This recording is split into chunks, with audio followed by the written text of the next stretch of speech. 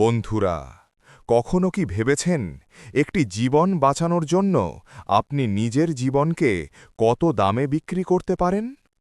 আজকের গল্পটি এমন এক সন্তানের, যে তার মাকে বাঁচাতে একটি অসম্ভব চুক্তি করেছিল, যা ছিল রক্তের দামে জীবন কেনা। রনি, এক বেকার যুবক। তার মা আয়েশা বেগম হাসপাতালের বিছানায়। ডাক্তার বলে দিয়েছেন চিকিৎসার জন্য চাই মোটা অঙ্কের টাকা, ঠিক 2 লক্ষ টাকা।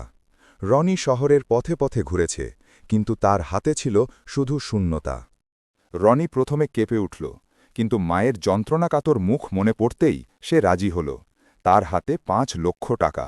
সে দ্রুত নার্সকে টাকাটা দিয়ে এক গোপন কোণে গিয়ে মায়ের জন্য লিখল শেষ চিঠি। মা, তুমি আমার দেওয়া এই টাকায় ভালো হয়ে যেও। আমি হয়তো আর তোমার পাশে থাকতে পারলাম না, কিন্তু আমি তোমাকে অনেক ভালোবাসি। তুমি জানতে চেও না এই টাকা কোথা থেকে এলো, শুধু জেনে রেখো আমি তোমাকে বাঁচাতে পেরেছি। পরদিন আয়েশা বেগম যখন চোখ খুললেন তখন তিনি সুস্থ, কিন্তু রনি নেই। নার্স রনির চিঠিটি তার হাতে তুলে দিল। চিঠি পড়ে মায়ের বুক ভেঙে গেল। তিনি কাঁদতে লাগলেন।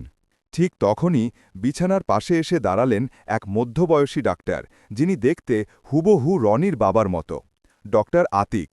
তিনি বললেন, আমি আপনার রনিকে বাঁচিয়েছি। আমিই সেই ধনী লোক যার বিশেষ রক্তের প্রয়োজন ছিল। আমার আসল নাম ছিল ফারুক। আমি আপনার স্বামীকে খুন করে তার টাকা চুরি করেছিলাম। আমি জানতাম না আপনার ছেলেই আমার হাতে আসবে। ডাক্তার আতিক জানালেন, রনি মরেনি। তিনি নাসিরের সঙ্গে এই নাটক সাজিয়েছিলেন। তিনি চেয়েছিলেন রনি যেন কোনো লোভ ছাড়াই নিজের জীবনের বিনিময়ে সেই টাকা মায়ের চিকিৎসায় দিয়ে দেয়। আমি রনির বাবার সেই ব্যবসার টাকা, যা রনির প্রাপ্য ছিল, ফিরিয়ে দিয়েছি। আর আমি নিজের পাপের প্রায়শ্চিত্ত করতে রনির শরীরের এক ফোঁটা রক্তও নামিয়ে আমার নিজের রক্ত দিয়েছি। রনি তার বাবারই ছেলে।